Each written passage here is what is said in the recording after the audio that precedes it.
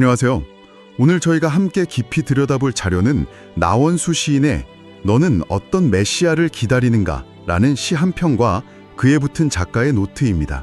네, 안녕하세요. 이 시를 처음 딱 읽었을 때요, 사실 머릿속에 질문이 하나 떠올랐어요. 왜 우리는 우리가 그토록 간절히 원하던 걸 막상 눈앞에 두고도 알아보지 못하거나 심지어는 거부하게 될까 하는 그런 질문이요. 뭐랄까, 수십 년간 바라던 독립이었는데 막상 독립을 하니 혼란에 빠진다든지, 꿈에 그리던 회사에 입사했는데 오히려 퇴사를 고민하는 사람들처럼요. 그래서 오늘의 미션은 바로 이겁니다. 나원수 시인의 시를 통해 그 심리적이고 또 신념적인 메커니즘을 한번 제대로 파헤쳐 보겠습니다. 아주 흥미로운 출발점이네요. 사실 그 질문이야말로 이 시의 심장을 관통하는 질문이거든요. 너는 어떤 메시아를 기다리는가? 작시 나원수. 메시아, 민족의 척추. 그들은 대를 이어 갈망했다. 마침내 하늘이 열리고 말씀이 육신을 입으시고 영롱한 별로 그 땅에 오셨다. 예루살렘을 관통했지만 그들은 아무도 베들레헴까지 가지 않았다. 말씀으로 좌표를 찍었지만 그들은 누구도 움직이지 않았다. 율법은 외웠으나 말씀은 봉인되었고 눈은 열렸으나 마음은 닫혀 있었다. 그분은 오셨으나 그들은 머물렀고 빛은 비쳤으나 그들은 눈이 가려졌고 말씀이 구유에 임했지만 그들은 끝내 그곳에 닿지 않았다. 구유는 너무 작았고 어린 울음은 너무 연약했으며 십자가는 그들의 꿈에 어울리지 않았다. 그들은 사자를 원했으나 하나님은 어린 양을 보내셨고 그들은 왕좌를 기다렸으나 하늘은 십자가를 먼저 세우셨다. 그분은 시간 안으로 들어오셨으나 그들은 여전히 자기 시간 속에 머물렀다. 오늘도 성탄은 묻는다. 너는 어떤 메시아를 기다리는가? 구유에 엎드릴 준비가 없다면 왕 앞에 설 준비도 아직 되지 않았다. 그분은 지금도 낮은 곳에 계신다. 그분은 지금도 낮은 곳에 계신다. 너는 어떤 메시아를 기다리는가? 그분은 먼저 어린 양을 세우시고 그 다음에 사자를 드러내신다. 너는 어떤 메시아를 기다리는가? 어린 양이기 때문에 사자가 될 수 있고 십자가를 통과했기에 철장권세가 주어진다. 너는 어떤 메시아를 기다리는가? 어린 양을 거부한 자에게 사자는 구원이 아니라 심판이다. 사자를 외치기 전에 어린 양을 증언해야 한다. 어린 양 없이 사자를 원하지 말라. 회개 없이 정의를 요구하지 말라. 십자가 없이 승리를 말하지 말라. 그분은 지금도 낮은 곳에 계신다. 그분은 지금도 낮은 곳에 계신다.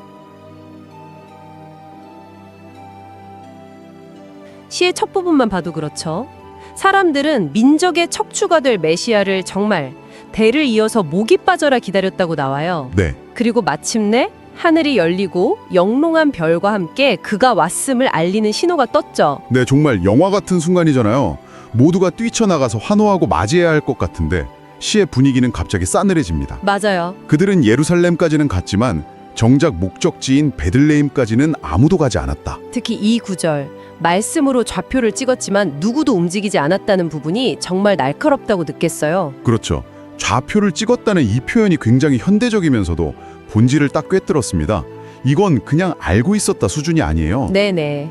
뭐랄까, 내비게이션에 목적지를 입력해서 최적 경로까지 확인한 상태라 마찬가지거든요. 정보가 부족한 게 문제가 아니었던 거죠. 바로 그 지점입니다. 이게 비단 2000년 전의 종교적인 이야기만이 아니라는 생각이 들었어요. 예를 들어서 우리 모두 기후변화가 심각하다는 데이터, 그러니까 좌표는 매일같이 보고 있잖아요. 맞아요. 이대로 가면 큰일 난다는 걸 모르는 사람이 없죠.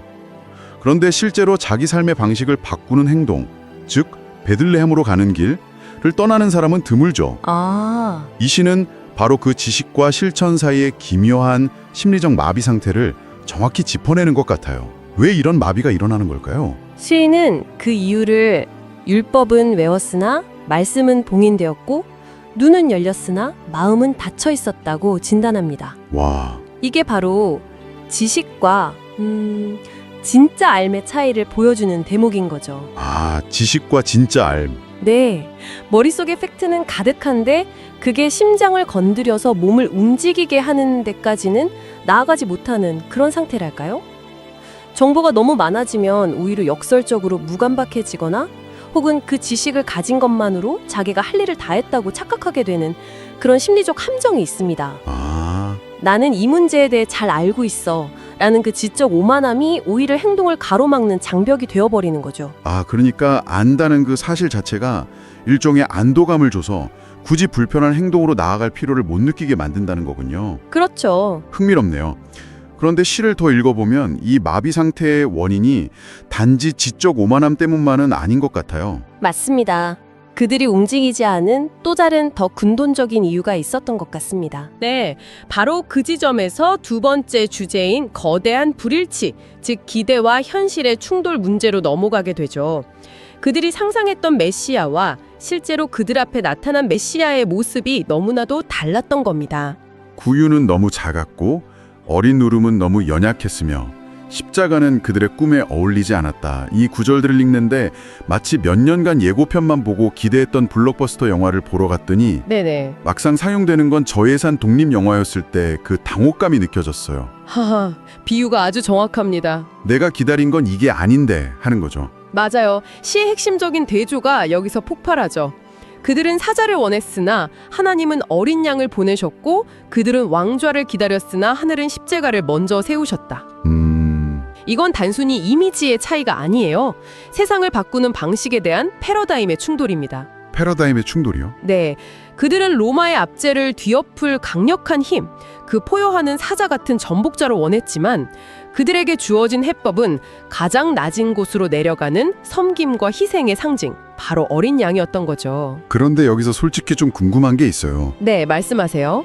당시 로마의 압제 아래서 고통받던 사람들이 강력한 사자를 원했던 건 어쩌면 너무나 당연한 생존 본능 아니었을까요? 그렇죠. 당장 내 삶이 벼랑 끝에 몰려 있는데 어린 양처럼 겸손하고 희생하라는 해법은 너무 나약하고 비현실적으로 들렸을 수도 있잖아요. 네네. 그들의 기대를 마냥 잘못됐다고만 할 수 있을까요? 굉장히 중요한 질문입니다. 시는 그들의 기대를 비난하려는 게 아니에요. 그들의 고통과 갈망을 무시하는 것도 아니고요. 오히려 그들이 가진 힘에 대한 고정관념에 도전하는 거죠. 힘에 대한 고정관념. 네, 역사를 보면 억압적인 시스템은 단순히 더 큰 힘으로 찍어 누르는 방식으로는 근본적으로 바뀌지 않는 경우가 많습니다. 그저 또 다른 억압자를 낳을 뿐이죠. 이 시가 제시하는 어린 양의 방식은 힘의 패러다임 자체를 바꾸려는 시도입니다. 지배와 정복의 논리가 아니라 자기희생과 섬김을 통해 세상의 근본적인 운영체제를 바꾸려는 어찌 보면 훨씬 더 급진적이고 혁명적인 제안이었던 거죠. 물론 당장 눈앞의 문제를 해결하기엔 너무 더디고 답답해 보였을 겁니다. 그러니까 힘으로 힘을 맞서는 게 아니라 아예 게임의 룰 자체를 바꾸려는 시도였다는 말씀이시군요. 맞습니다. 그들의 시간과 그분의 시간이 달랐다는 구절도 이런 맥락에서 이해할 수 있겠네요. 네. 그분은 시간 안으로 들어오셨으나 그들은 여전히 자기 시간 속에 머물렀다. 이게 단순히 과거에 집착했다는 뜻이 아니라 아예 다른 시간의 문법, 다른 현실 인식의 충돌을 의미하는 거군요. 정확합니다. 그분이 시간 안으로 들어오셨다는 건 신적인 존재라 추상적인 개념으로 머무는 게 아니라 우리와 똑같은 역사와 시간의 제약 속으로 직접 들어왔다는 성육신 사건을 의미합니다. 이건 엄청난 사건이죠. 그런데 사람들은 눈앞에 펼쳐진 이 새로운 현실을 받아들이기보다 자신들이 오랫동안 그려왔던 익숙한 기대와 미래상, 즉 자기 시간의 틀 안에 갇혀서 그 현실을 외면해버린 겁니다. 새로운 운영체제가 설치됐는데 계속 예전 방식의 명령어만 입력하고 있었던 셈이네요. 바로 그겁니다. 이게 단순히 2000년 전 사람들의 실수담으로 끝나면 교훈적이긴 해도 크게 와닿지는 않을 것 같아요. 그렇죠. 그런데 시인이 정말 날카로운 게 이 오래된 질문의 화살을 정확히 지금 우리 심장에 겨누거든요. 맞아요. 오늘도 성탄은 묻는다. 너는 어떤 메시아를 기다리는가? 작가의 노트에서 그 의도가 아주 분명하게 드러나죠. 네, 작가의 노트는 이 시의 메시지를 현대의 우리에게로 날카롭게 가져옵니다. 과거 유대인들이 잘못된 메시아관 때문에 그리스도를 알아보지 못했던 것처럼 오늘날 우리 역시 자신이 이기적으로 만든 예수님의 상, 자신에게 편리한 성경 구절들로 짜깁기 한 예수님의 상, 이런 걸 붙잡고 있다면 똑같은 실수를 반복할 수 있다고 경고하죠. 이건 비단 종교의 문제만은 아닐 겁니다. 물론이죠. 우리가 가진 신념, 이데올로기, 심지어는 성공에 대한 관념까지도 모두 해당될 수 있는 이야기예요. 작가의 노트에 나오는 구유에 엎드릴 준비가 없다면 왕 앞에 설 준비도 아직 되지 않았다는 문장이 그래서 더 의미심장하게 들립니다. 과정 없이는 결과도 없다는 일종의 순서와 절차에 대한 이야기잖아요. 바로 그 신앙의 절차와 순서를 작가는 강조합니다. 시에서도 계속 반복되죠. 그분은 먼저 어린 양을 세우시고 그 다음에 사자를 드러내신다. 아, 순서가 있군요. 네. 그리고 어린 양이기 때문에 사자가 될 수 있고 십자가를 통과했기에 철장 권세가 주어진다. 이 논리가 굉장히 중요합니다. 네. 어린 양으로 상징되는 겸손, 자기 성찰, 낮아짐의 과정을 건너뛰고 사자가 상징하는 권위, 정위, 영광만을 바로 취할 수는 없다는 겁니다. 그렇다면 어린 양을 거부한 자에게 사자는 구원이 아니라 심판이다라는 경고는 어떻게 받아들여야 할까요? 꽤 강한 어조라 섬뜩하게 들리기도 하는데요. 이건 이런 의미로 볼 수 있습니다. 내가 먼저 어린 양 앞에서 나 자신을 돌아보고 회개하며 낮아지는 과정을 거치지 않은 채 오직 사자의 이름으로 정의와 승리만을 외친다고 생각해 보세요. 그때 내가 휘두르는 정의의 칼날은 누구를 향할까요? 타인을 향하겠네요. 그렇죠. 타인을 판단하고 정죄하는 심판의 도구가 되기 쉽습니다. 스스로의 들보는 보지 못하고 남의 눈에 티끌만 보는 격이죠. 그래서 시의 마지막은 이렇게 강력한 3가지 명령으로 끝을 맺습니다. 어린 양 없이 사자를 원하지 말라. 회개 없이 정의를 요구하지 말라. 십자가 없이 승리를 말하지 말라. 이 세 문장이 시 전체의 메시지를 압축해서 우리에게 던지는 거군요. 네, 그렇습니다. 이 모든 메시지를 하나로 꿰뚫는 이미지가 있다면 역시 낮은 곳인 것 같습니다. 맞아요. 시의 후반부에서 그분은 지금도 낮은 곳에 계신다는 구절이 후렴구처럼 계속 반복되잖아요. 우리가 신적인 존재나 위대한 진리를 만나려면 보통 더 높은 곳으로 위로 올라가야 한다고 생각하는데 이 시는 정반대의 방향을 가리키고 있네요. 네, 그 반복은 의도적인 강조이자 우리의 고정관념에 대한 도전입니다. 우리의 시선과 발걸음이 향해야 할 방향을 완전히 재설정해주는 장치죠. 위로 올라가려는 욕망을 버리고 아래로 더 낮은 곳으로 내려가야만 비로소 만날 수 있다는 역설을 계속해서 상기시키는 겁니다. 작가의 노트에서 예루살렘의 지식인들과 동방 박사들을 대조하는 것도 바로 이 맥락이겠군요. 정확합니다. 예루살렘의 종교 지도자들은 메시아가 베들레헴에서 태어날 것이라는 성경 지식, 즉 좌표를 정확히 알고 있었어요. 하지만 움직이지 않았죠. 네, 그들은 안락한 예루살렘을 떠나지 않았죠. 반면에 동방 박사들은 어땠나요?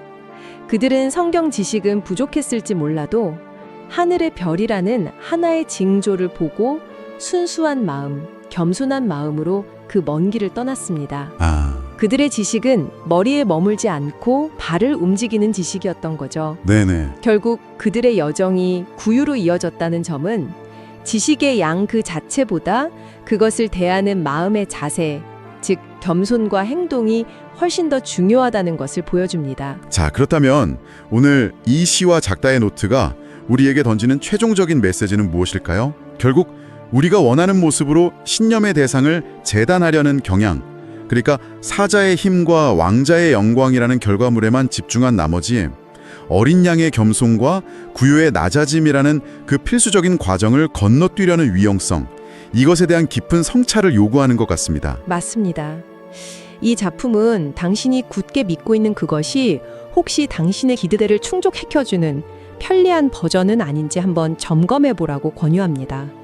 당신의 그 원대한 꿈과 계획 속에 어쩌면 너무 작아서 보잘것없어 보이는 구유, 그리고 어울리지 않는 십자가까지도 끌어안을 자리가 마련되어 있는지 조용히 돌아보게 만드는 거죠. 시안에는 머릿속 지식은 완벽했지만 그 자리에 머물렀던 사람들과 비록 아는 것은 적었지만 겸손하게 별을 따라 나섰던 사람들을 보여줬습니다. 오늘 이 대화를 마무리하면서 마지막으로 이 질문을 당신에게 던져보고 싶습니다. 당신에게 지식이란 이미 내가 원하는 답을 확인하고 안주하게 만드는 거울인가요? 아니면 내가 전혀 예상치 못했던 어쩌면 지금보다 더 낮은 곳으로 나를 이끌어가는 낯선 여정의 지도인가요? 혹시 마음속으로 내가 바라는 구원자는 바로 이런 모습이야 하고 그려본 적 있으세요? 그런데 만약에요, 진짜 모습이 우리가 기대했던 거랑 완전히 다르다면 어떨까요? 오늘 바로 그 이야기, 나는 어떤 메시아를 기다리는가? 라는 어쩌면 좀 도발적인 질문을 던지는 시 한 편을 같이 깊이 들여다볼까 합니다. 자, 이 시는 시작부터 우리한테 거울을 딱 들이미는 것 같아요. 너는 어떤 메시아를 기다리는가? 와, 이 질문 그냥 종교적인 질문이라고만 생각하면 안 돼요. 사실은 우리가 인생에서 진짜로 원하는 게 뭐지? 뭘 기대하면서 살고 있지? 하는 아주 근본적인 질문이거든요. 이 시가 정말 파고드는 핵심이 바로 이거예요. 기대로 만들어진 메시아. 이게 뭐냐면 우리가 원하는 것들, 우리를 좀 편안하게 해주는 것들만 골라 모아서 만들어낸 그런 이상적인 존재인 거죠. 그런데 시는 바로 여기에 진짜 심각한 위험이 숨어 있다고 경고하고 있어요. 이걸 시에서는 짜깁기한 메시아라고 표현해요. 말 그대로 성경에 좀 어렵고 불편한 진실 같은 건 싹 빼버리고 나한테 위로가 되고 축복이 되는 좋은 조각들만 모아서 만든 뭐랄까 약간 프랑켄슈타인 같은 거죠. 결국 이건 신을 믿는 게 아니라 내 욕망을 믿는 거나 다름없다는 거예요. 이렇게 내가 만든 상에 빠져서 정작 진짜를 놓쳐버릴 수 있다는 거. 이게 그냥 하는 얘기가 아니에요. 실제로 2000년 전에 정말 똑같은 일이 있었거든요. 신은 바로 그 첫 번째 크리스마스, 모두가 메시아를 간절히 기다렸는데 아이러니하게도 아무도 그를 알아보지 못했던 바로 그 순간으로 우리를 데려갑니다. 자, 여기서부터는 우리한테 아주 익숙한 첫 크리스마스 이야기가 펼쳐져요. 근데 좀 이상해요. 주인공이 아기 예수나 목자들이 아니거든요. 오히려 알 건 다 알았는데 결국 만나지는 못한 사람들, 그러니까 가장 가까이에 있었으면서도 역설적으로 가장 멀리 있었던 사람들한테 초점을 맞추고 있어요. 그때 예루살렘의 종교 지도자들을 한번 생각해 보세요. 이 사람들은 평생 성경만 파고든 말 그대로 전문가들이잖아요. 동방에서 박사들이 와서 메시아가 어디서 태어나나요? 하고 물었을 때 1초도 망설이지 않고 베들레헴입니다 하고 딱 짚어졌죠. 정말로 말씀으로 정확한 좌표를 찍어준 거예요. 근데 진짜 놀라운 게 뭔지 아세요? 정작 그들 중 단 한 명도 그곳에 가보지 않았다는 거예요. 아니, 불과 몇 킬로미터만 가면 인류 역사상 가장 중요한 사건이 벌어지고 있는데도 말이죠. 지식은 머리에만 가득했고 그게 가슴이나 발로는 전혀 이어지지 않았던 거죠. 알미 행동이 되지 못한 정말 비극적인 순간이에요. 아니, 도대체 왜 안 갔을까요? 간단해요. 그들이 기다리던 메시아가 아니었으니까요. 그들이 기다린 건 로마 제국을 무찌를 엄청난 정복자, 아주 화려한 왕궁에서 세상을 호령할 그런 왕이었거든요. 근데 눈앞의 현실은 뭐였죠? 초라한 마구간의 구유, 힘없이 우는 아기, 그리고 결국에는 패배의 상징인 십자가. 이건 아니지. 그들의 기대와 현실 사이의 거리가 너무너무 멀었던 거예요. 자, 바로 이 지점에서 신은 정말 강력한 이미지 두 개를 딱 꺼내듭니다. 바로 사자와 어린 양. 이 두 상징을 통해서 사람들이 기대했던 것과 실제 현실이 얼마나 달랐는지를 아주 극명하게 보여주는 거죠. 보세요. 사람들은 힘과 승리의 상징인 사자를 원했어요. 왕자에 딱 앉아서 모든 걸 다스릴 그런 강력한 존재를요. 그런데 하나님이 보내신 건 뭐였죠? 겸손과 희생의 상징인 어린 양이었어요. 그것도 가장 낮은 곳, 구유로요. 왕관 대신 십자가를 지러 온 거죠. 아니 왜 강한 사자가 아니라 이렇게 연약한 어린 양이 먼저 와야만 했을까요? 이게 그냥 순서가 바뀐 게 아니라는 거예요. 신은 바로 여기에 우리가 절대로 바꿀 수 없는 하늘의 질서가 숨어 있다고 말합니다. 그게 바로 십자가를 거친 후에야 왕좌에 앉을 수 있다는 원칙이에요. 이 순서를 한번 보세요. 정말 중요합니다. 모든 건 겸손과 희생의 상징인 어린 양에서 시작돼요. 그리고 그 어린 양은 반드시 고난의 길, 바로 십자가를 통과해야만 해요. 그 십자가를 통해서만 진짜 승리를 얻을 수 있고 그제서야 비로소 힘과 권위의 사자로 설 수 있다는 겁니다. 영광으로 가려면 반드시 겸손과 고난의 길을 지나야 한다. 이게 바로 하늘의 방식이라는 거죠. 그래서 씨가 이렇게 소리치는 겁니다. 십자가 없이 승리를 말하지 말라. 우리 솔직히 이 과정 건너뛰고 싶잖아요. 고생은 하기 싫고 영광만 얻고 싶고. 근데 신의 방식은 우리 편의점 메뉴 고르듯이 마음대로 바꿀 수 있는 게 아니라는 거예요. 자, 그럼 이 2000년 전의 이야기가 그냥 옛날 이야기로 끝날까요? 아니죠. 신은 아주 날카롭게 방향을 틀어서 그 질문을 바로 지금, 오늘을 살고 있는 우리에게 그대로 던집니다. 이제 우리 스스로에게 물어볼 차례예요. 나는 가장 낮고 연약한 모습의 구원자, 그러니까 구유에 누운 아기 앞에 정말 무릎 꿇을 준비가 되어 있는가? 만약 그게 안 된다면 과연 나중에 영광스러운 왕의 보좌 앞에는 설 수 있을까? 혹시 나도 모르게 나만의 짜깁기한 메시아를 만들어서 기다리고 있는 건 아닐까요? 그리고 신은 마지막으로 정말 서늘한 경고를 하나 던집니다. 겸손한 어린 양을 받아들이지 않는 사람에게 나중에 나타날 힘있는 사자는 구원자가 아니라 심판자가 될 거라는 거죠. 구원과 심판이 사실 동전의 양면 같아서 우리가 어떤 메시아를 선택하느냐에 따라 결과가 완전히 달라진다는 정말 무서운 말이에요. 결국 이 시가 우리에게 남기는 마지막 메시지는 이거 같아요. 우리는 자꾸 화려하고 높은 곳에서만 구원을 찾으려고 하는데 정작 그분은 지금도 가장 낮고 가장 소외된 곳에 계신다는 사실 말이에요. 어쩌면 진짜 만남은 우리의 모든 기대가 무너지는 바로 그 자리에서 시작되는 건지도 모릅니다. 여러분이 기다리는 메시아는 지금 어디에 있나요?